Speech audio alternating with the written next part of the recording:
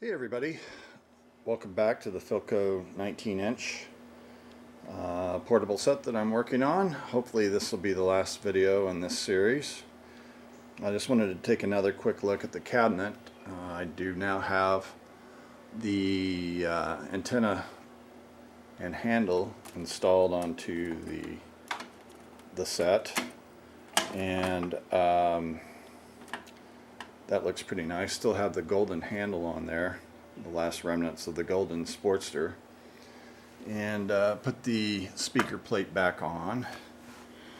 And I have finished with installing new screening for the back vents. I don't know if you're going to be able to see those. Yeah, you can see those. Turned out pretty nice. That was an original feature of the set. Okay, and let's see.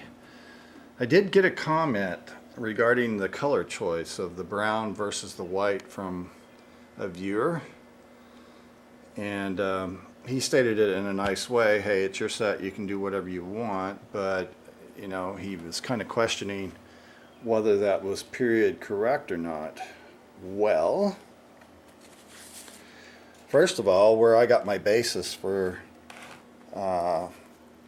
doing this set was just simply an internet search on the Philco Briefcase and looking at various photos. And this photo has popped up. You can actually see it actually even has the golden Sportster handle. The same color as that is on this, and this is the obvious brown and white combination. And I don't know if this is going to come out on the camera, but this briefcase, this 19, which is on here, was actually a red color. Okay, and there's various other looks at that's a 17er set here. I don't know. I think that's on this page is about the only. Oh, here's another 19-inch set that looks to be a blue color. But I did go back to the Philco service data, and it does give all the cabinet colors that were available at the time, and all of them were two-tone, including the golden Sportster that this originally was. It was originally a white and gray with a gold cabinet paint.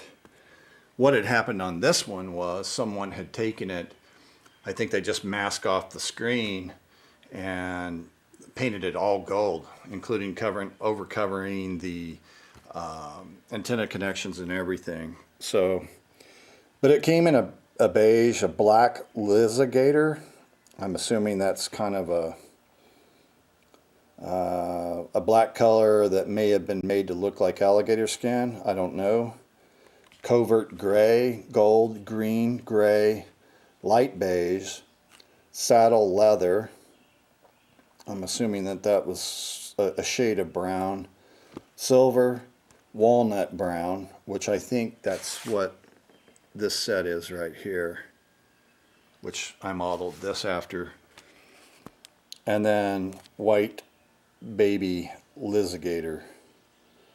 Not sure what that would look like, but anyway, you know, the thing is for me is I'm not necessarily one of those period correct type of restorers that it's got to look exactly the way it did. I've been known to paint sets, you know, I even considered painting this red. I thought that would be a good combination. But I've painted a lot of sets red, and I've never used this color, and I saw this one on the internet, thought it looked pretty good. But I'm not necessarily trying to get this back to period correct, although I think it is. I think this is close to what was available at the time, and so that's what I'm going for here. But I've been known to paint TV sets all kinds of weird different colors, and I'm sure that bothers some people, but that's just how I am. This could have been pink, for all I care. I just want the set. To me, the set becomes just overall viewing of the set brings me to the period. So anyway, just a little editorial comment on that and my theory on painting and all that. Good news is electronic parts have come in, so now I can continue to work on the chassis, which I'm going to be doing real soon.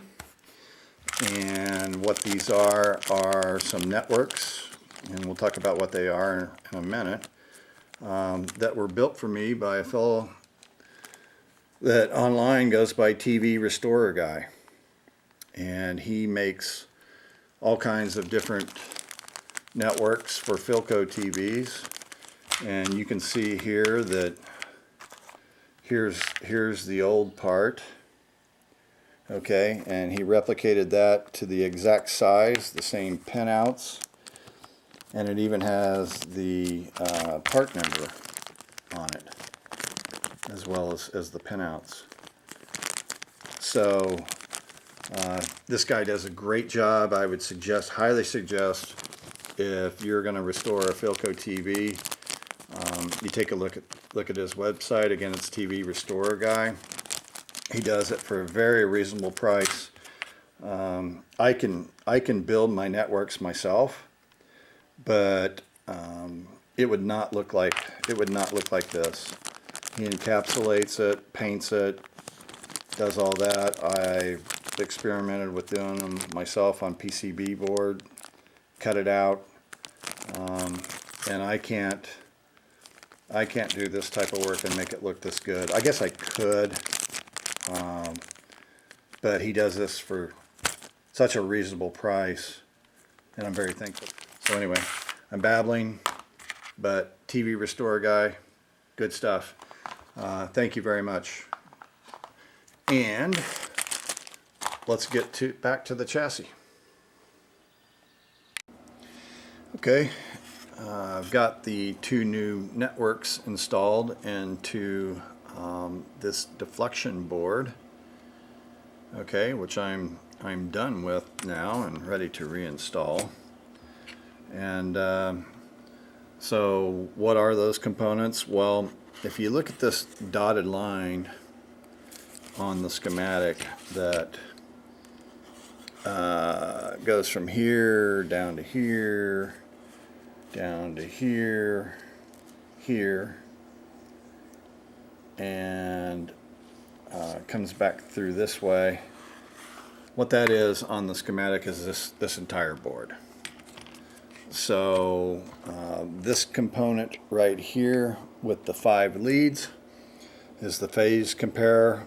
Comes off of the ACG7 tube, and then it connects to this other network here, vertical integrator that most TVs from this vintage have, and that's this three-legged component right there, right before the vertical oscillator.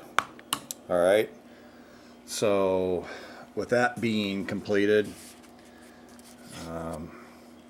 all the bad resistors have been removed. The horizontal oscillator has been rebuilt.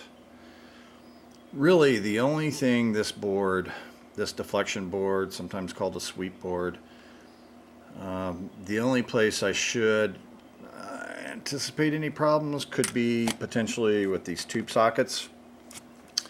These tube sockets were known to fail from this time period, and what happens is heat can build up, and these metal parts right here can crack and break and cause the whole tube to not work correctly. A lot of times I replace these, but these appear to be in really good shape. So I'm going to leave them alone. I have looked at the solder joints of all the tubes and touched them up a little bit where I thought maybe there could potentially be a crack. But I'm not expecting any problems. A couple of these, at least 3 of these tubes were original tubes. So what happens is, I think from 1 heat or 2 tubes being taken in and out, that can cause these to crack.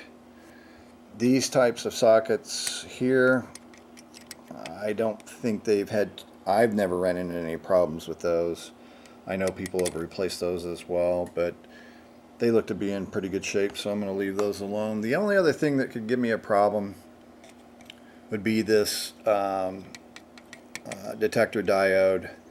It's a couple of diodes in series here. It's a 3-pin unit that comes out. These are known to fail. I think I've ran into one time that failed, and they're pretty easy to replace. It's a plug-and-play part, so you don't need to remove the board to deal with it. You can come back with some high-speed Schottky diodes and rig it up to where you can plug it in yourself. Make it yourself and make it plug-inable, if that's a word, plug-inable. But since you don't need to remove the board to do that, I'm going to leave it alone and see if it works, great. If it doesn't, we'll deal with it at that time. So what I'm going to do now is reposition this board, solder it in, reconnect all the wiring, and hopefully get that done so that we can start on removing this board, the IF and sound strip, IF string, and the soundboard. And we'll pull this out, replace resistors. There's a couple of caps on it, and there's also another network down there that we'll be rebuilding. Okay, so one board in, one board out, a few other resistor checks, and we'll be ready for a power up. So let me get this board back in, get this one out, and we'll take a look at it. Okay, I've got the video IF board, as Philco called it, removed. And after a little bit of unsoldering of several points on the board that connect it to the set, okay, and painstakingly undoing several wires, got the board free now where I can do some work on it. What I'm going to be doing on this board is there's a couple of black caps here, this one here and that one there. Be coming back in with some good quality capacitors. This is a 0.47 at 100 volt, and this is a 0.022 at 400. 0.47 at 100 and a 0.022 at 650, which will be fine. I've got some bigger resistors here. This is a 7 watt 5300 ohm resistor. Be checking to make sure it's okay. Most times I run into these types of resistors that have this concrete type substance in them, usually measure spot on. I just assume that over the years this concrete or mortar or whatever this is, this material in here just doesn't decay. I never hardly ever find anything like this out of spec. This is a 3 watt resistor. I forgot the value of it. Another 3 watt resistor right here. Then a couple of 2 watt resistors, these big carbon comp resistors here.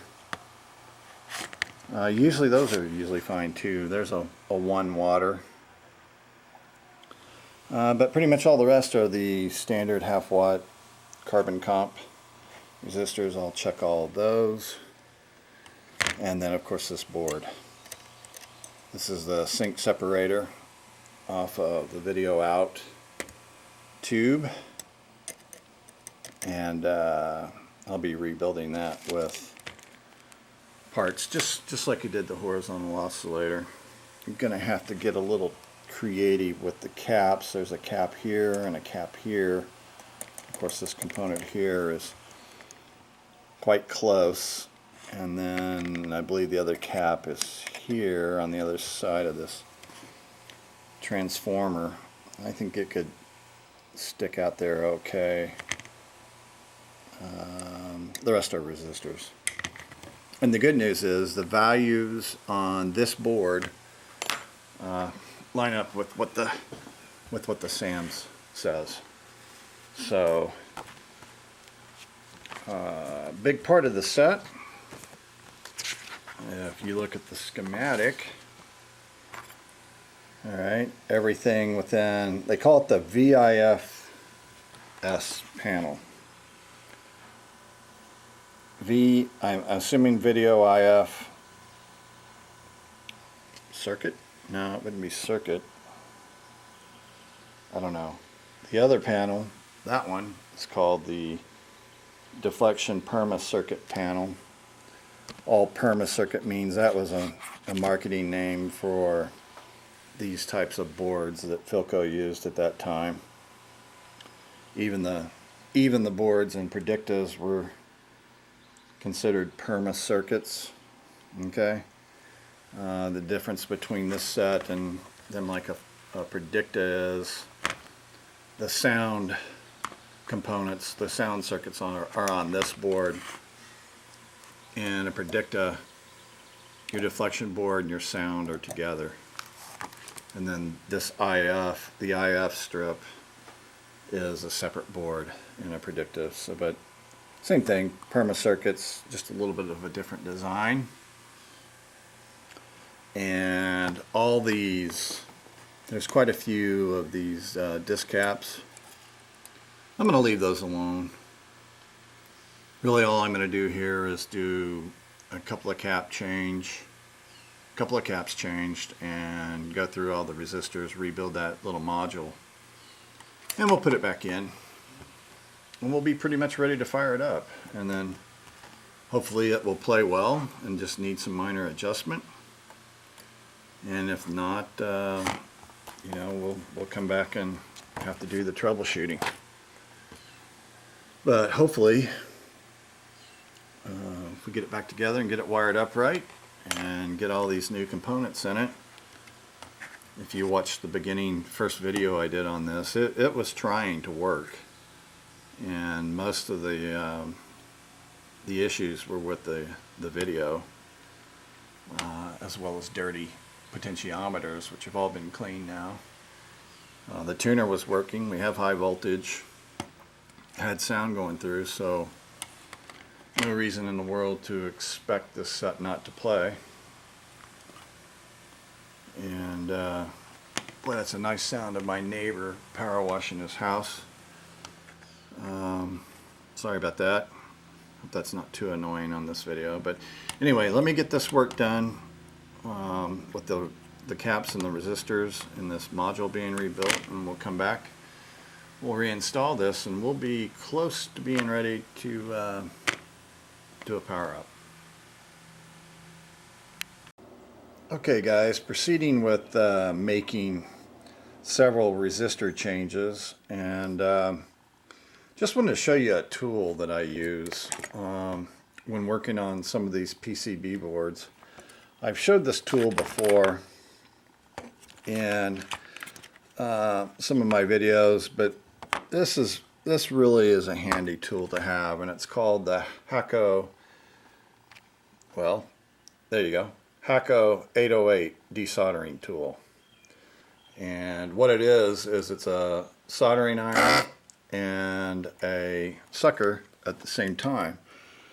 And it's really handy to have. Now, one thing about using this tool on a vintage board, you have to be very careful, and that you don't want to be pulling any of these traces up. So before using this tool, I usually do a test to make sure that I'm not going to pull any foils up. And even then, I'm going to be doing things very gingerly.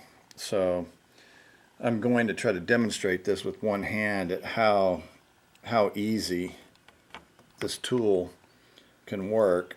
What it's doing is it's going to heat up the solder and a couple little sucks, and there you go. That lead is free. Same thing on this one.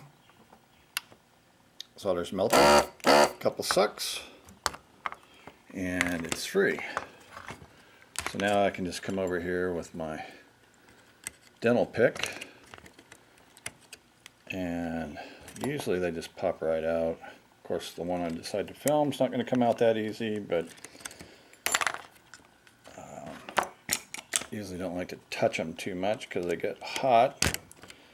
But there you go. That resistor's out.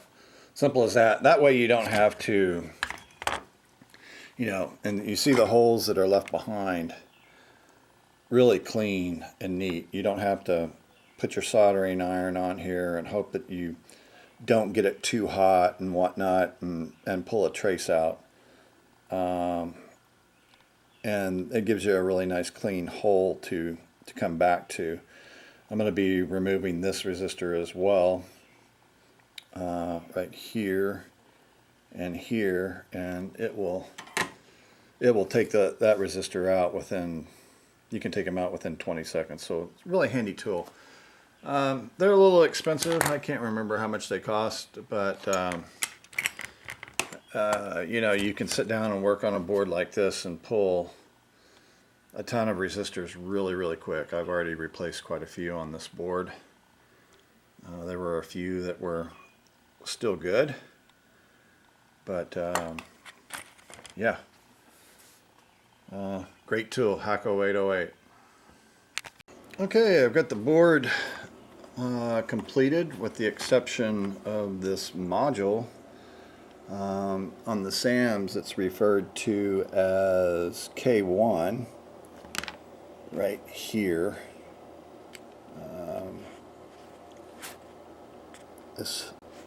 This whole area here is in this package, and it's part of the noise inverter sync separator circuit. So it installs right here, which I'm getting ready to do. I did have to manipulate these mica caps a little bit due to it being next to this can here.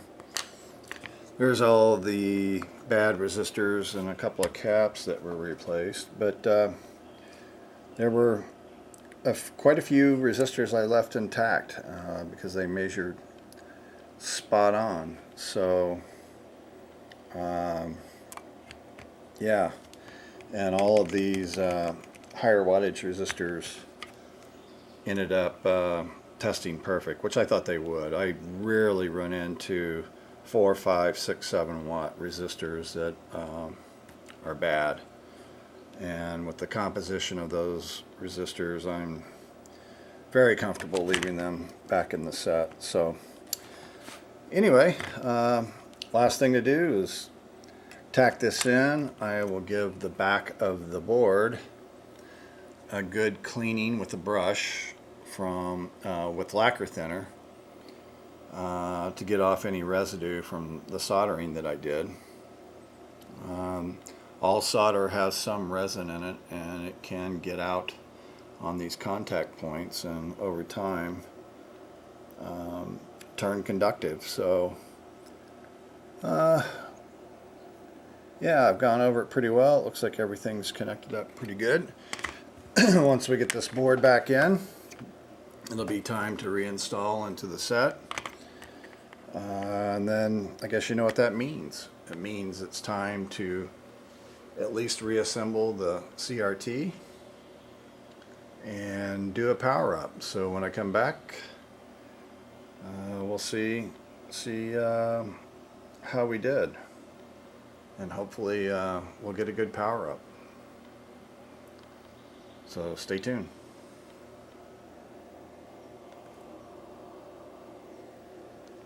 Okay, just a quick update where I'm at.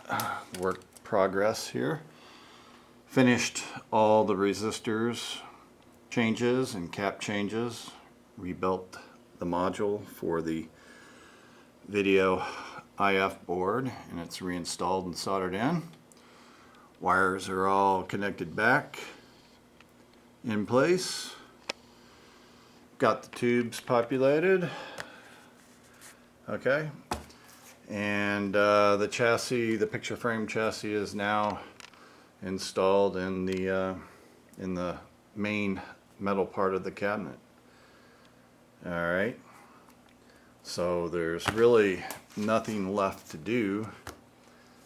Well, there is a couple things to do. One thing I could do is I could get the picture tube bezel out, attach the picture tube to it, install the bezel into the set, and do a power up, which is something that I really want to do. When you get to this point in a restoration, you're excited, you're ready to go, you're ready to do the all-out smoke test and see the fruit of your labor.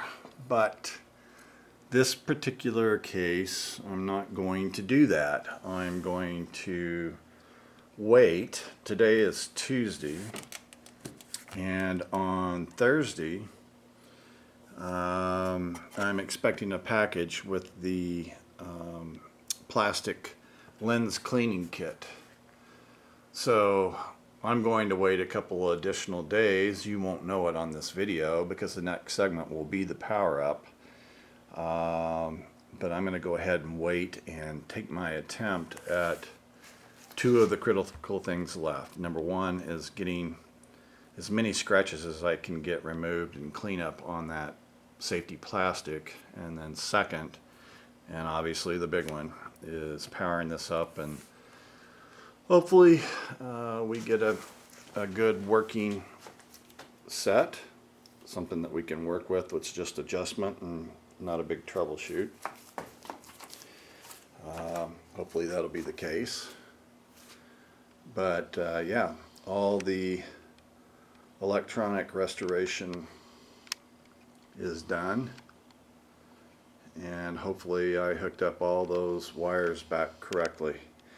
I do have a 17-inch 17er Philco set that's got a dead 17 DRP4, which I'm still trying to look for. It does have high voltage and sound, but I would love to find one of these sets, either the 17 or 19 that's just a dud frame or chassis, and I would love to take all the wiring out of one of these sets and lay it end on end, because it doesn't really look like it, but there is a ton of wires, a ton of wiring in this set. And as I talked about at the beginning of this restore, you know, electricity is going through this thing in all different directions with the way it's connected. So it'd be kind of fun to see just exactly how many feet of wire is in this set. There's got to be 100 yards. There's a lot. But anyway, I'm babbling. Enough of that. Next time I come back, I'll be working on that safety plastic, and we'll see how that turns out. And then finally, after that, we will do a power up, and we can see how she performs. Okay guys, hey, just a quick call out on some things that you have to do sometimes in restoring these old sets. This is the back of the set that I'd previously painted and cleaned up and applied a new screen to. And what I'm looking at here is these three holes. These holes hold the screws that hold on the back, and there's the fourth hole. There's four across the top. You can obviously tell that hole looks a bit different than this hole. And the reason why is because this is just simply molded plastic. It's old.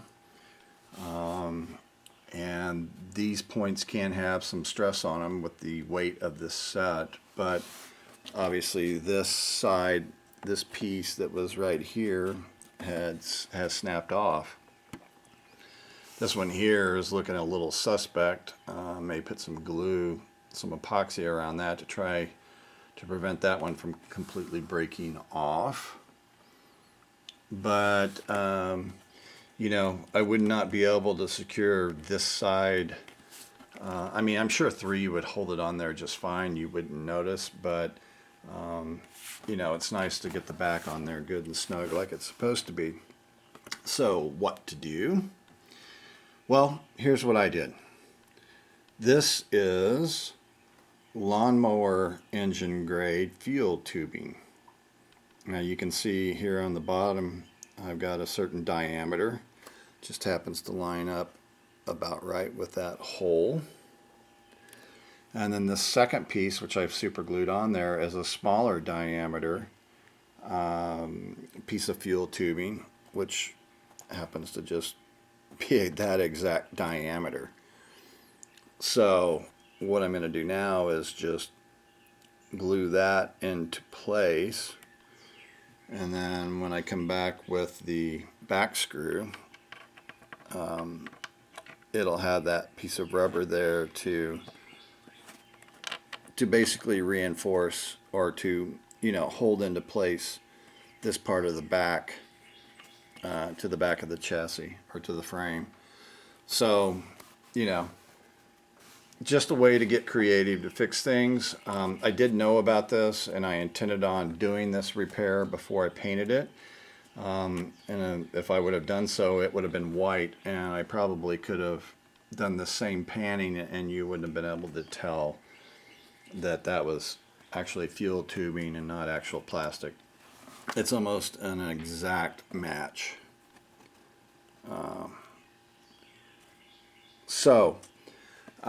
But I didn't. I forgot. I got in a hurry, and so it'll be black. No big deal. Won't be able to see it, but it will be functional.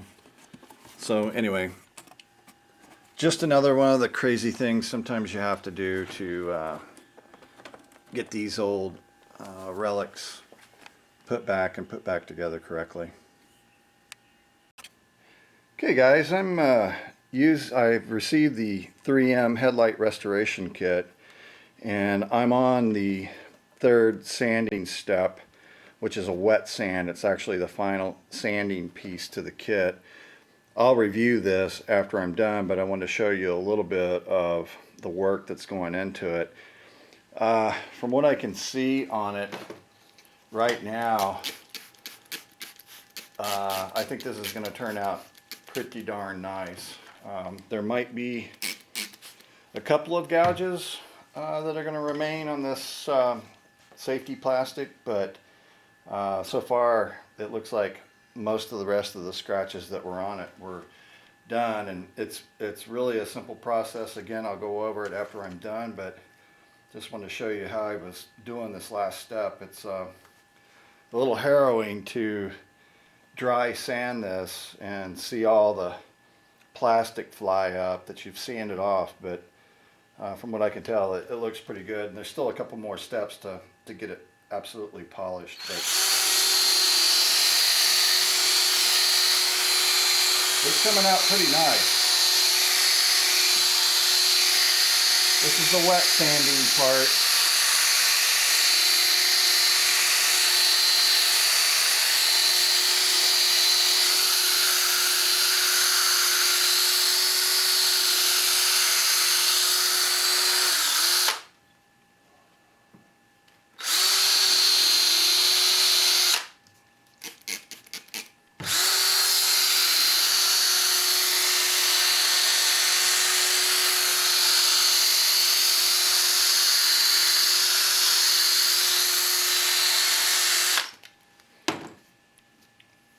Okay.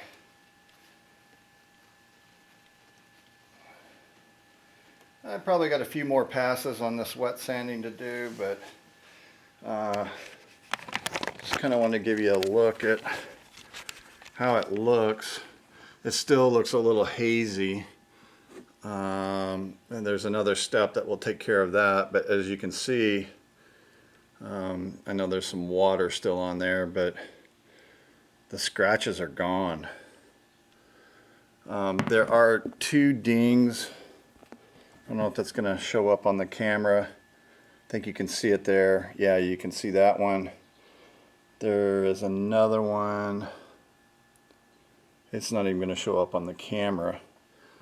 It's right here. Those were serious gouges, and those were the ones that I was really concerned about being able to get out. There's that one, and I think you can see that one right there. Those were pretty serious. But for all the other scratches where it looked like somebody, maybe a child or something at some point in time, had come to the middle of the screen and did something to it, that's gone. So yeah, got to do a little bit more wet sanding, and then there's a procedure with a clear coat that makes it clear again. So I've still got that to do, but I got a little bit more around the edges to do, and I'll bring you back when I get done. Hopefully this will turn out really good, nice and clear and shiny. Okay, I'll bring you back in a minute. Okay guys, just got to tell you, this 3D kit, and again I'll show it to you and go over the instructions with you, from what I can tell, and again I've just put my first pass of clear coat on the screen, and this is simply amazing. I mean, I don't know if you can tell it in the video here, but this thing is, it's just unbelievable. It's completely clear. I do still have a couple of tiny marks where those gouges were, but believe me, those gouges were probably a third of the way through the plastic, and by the time they get up next to the CRT on this set, you're not going to be able to notice them, I don't think. But as far as all those scratches, and I know my overhead lights kind of interfering, but maybe this will be a better view. Yeah, look at that. I mean, this is just unbelievable. That's a smudge there. I'll get that on the next pass, but right below that is that little gouge. And can you see? There's the other gouge.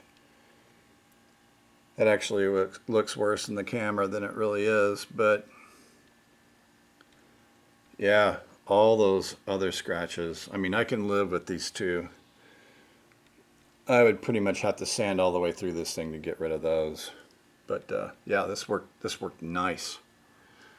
So yeah, let me get it finished up here in the next 15 to 20 minutes, and then I'll show you what came in it and talk about the instructions. Pretty simple, not real tough to deal with. I have a feeling this would work on any plastic-based TV screen. Pretty sure. It's going to look good. Looks a hell of a lot better than it did before. Okay guys, so again, this is the kit that I used. It's made by 3M company. It's a heavy-duty headlight restoration kit designed to clean up your headlights. And what's included in this kit is really enough. They say to do 2 headlights, but in the reviews it sounds like people are doing 4, maybe even 6 headlights with this one kit. That's about 25 bucks. I did the whole screen here for this television set. I'm basically half the kit, and what's included is this nice little sandpaper holder that goes into your drill, and you start by dry sanding with this 500 grit sandpaper, okay, and make several passes, and it's pretty harrowing, really, because when I first started doing it, you need to probably do this. I won't do this on my workbench next time because, well, you can just see here on my lamp and my soldering iron, plastic shavings went flying. You make several passes on this, just lightly pressured and even. And then once you stop seeing new plastic come off, you can change. They included 6 pieces of this. Then after that, you can wipe it down, and you go to this 800 sanding, and you do a number of passes on that. And on both of those steps, the instructions say the more sanding you do, the better result you'll get, and the more scratches you'll get out. Well, on mine, it pretty much got all the scratches out, with the exception of a couple of gouges that I didn't think were going to come out anyway. Then the last step is this 3000 grit pad, which is a wet sanding process. You wet the plastic, you wet this, and do 3 or 4 passes with this wet sanding. Okay, and then, even after you're done with this step, this will look kind of dull and gray. I mean, each step, this step's the worst, this step's a little better, this step's gets it a little more clear, and you know, after this first step, you're gonna think you ruined it. This step will make you feel a little better. This will make you feel a little bit better, and then the last step is with the glove on, you apply this clear coat that's on a kind of like a towel. And I got to tell you guys, I'll give these guys a thumbs up. This met my expectations and more. That is just tremendous compared to what it looked like. I can't wait actually to go back and look at the old video of it before. But it's fantastic. There's that gouge. But I can live with that. And that's even smaller than it was. So, alright, so that's really all there is to it. The headlight restoration kit. Highly recommended on old plastic TVs. I'd even be willing to use this on a Predicta screen. That's how much confidence I have on it. Because it works. So now there's only one thing left to do, and that's get the CRT back in to the chassis in its power up time, finally. Okay guys, I feel really horrible, but I cheated you. I filmed my power up on this, and I lost the footage. I accidentally erased it, but I'll give a summary here. I did a first power up. We had filament string. We had a lot of things out of adjustment, including the horizontal drive. And then a lot of these potentiometers up here were way out of whack.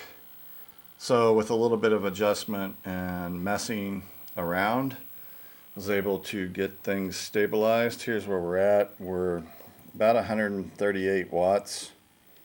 I think the set calls for 140, pulling about 1.3 amps on exactly about 121.8 volts, which exactly matches my line voltage. So that's what I can expect the set to play on. What have we got? Well, we have high voltage, and I've been able to get a really solid picture in.